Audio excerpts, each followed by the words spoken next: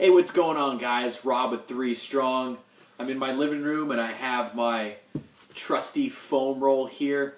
I'm going to show you a great little self-massage. Heck, it can be kind of a chiropractic little session in itself. It'll make those bones crack a little bit as well. But I'm going to show you how to loosen up and kind of mobilize a part of the body that a lot of people take for granted. Most of what we talk about is the shoulders, the hips, the knees, whatever it might be.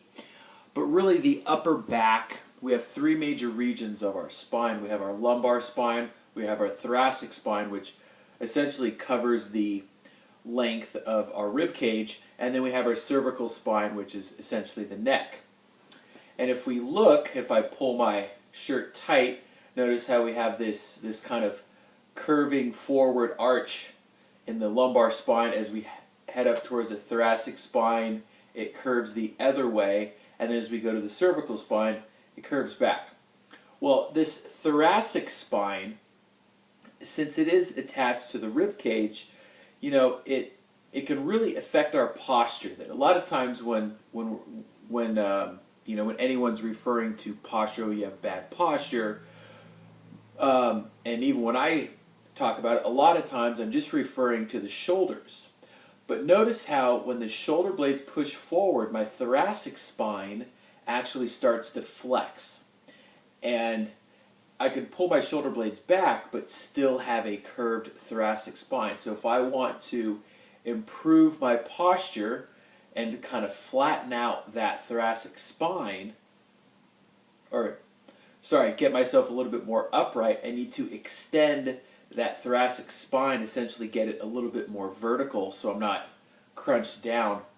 And if you're a runner, if you're sitting at a desk all day, if you just haven't kind of focused on those upper body muscles and you haven't really focused on posture that much, being able to kind of mobilize and get that thoracic spine upright and a little bit more vertical will be a big help.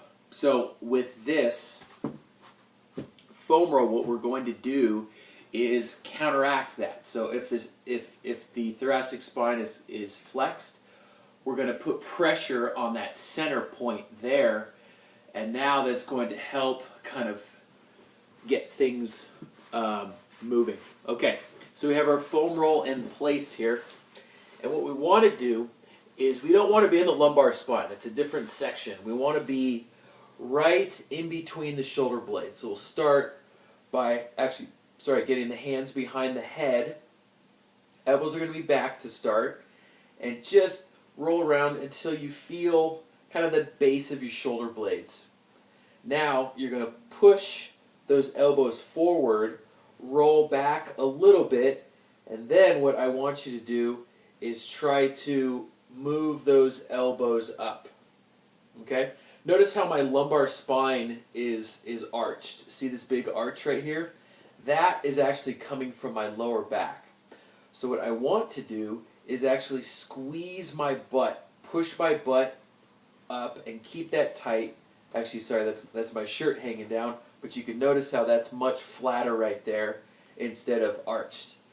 Then from here, keeping my butt tight, I arch up and move down a little bit underneath my shoulder blades, keep my butt tight, and I arch up. You might not get a lot of range. It's not going to be very far. Notice how the difference, I can arch a lot here, but like I said, that is coming from the lumbar spine, not the thoracic spine. So to really help get that upper back moving, you have to lock in those abs, you have to lock in your butt, and then arch over the top. And that might be pretty tough. Just doing that can be fairly difficult. But anytime you're doing overhead movements and you want to get a nice upright posture, being able to get that thoracic spine a little bit more upright, a little bit more vertical, is actually going to help with your overhead movements, because it's very difficult to do that with a rounded back. Okay? grab yourself a foam roll, get on the ground, do those little mobilizing exercises. Essentially, it's kind of the reverse of a crunch. Give that a shot. Your upper back will feel much, much better. See you tomorrow.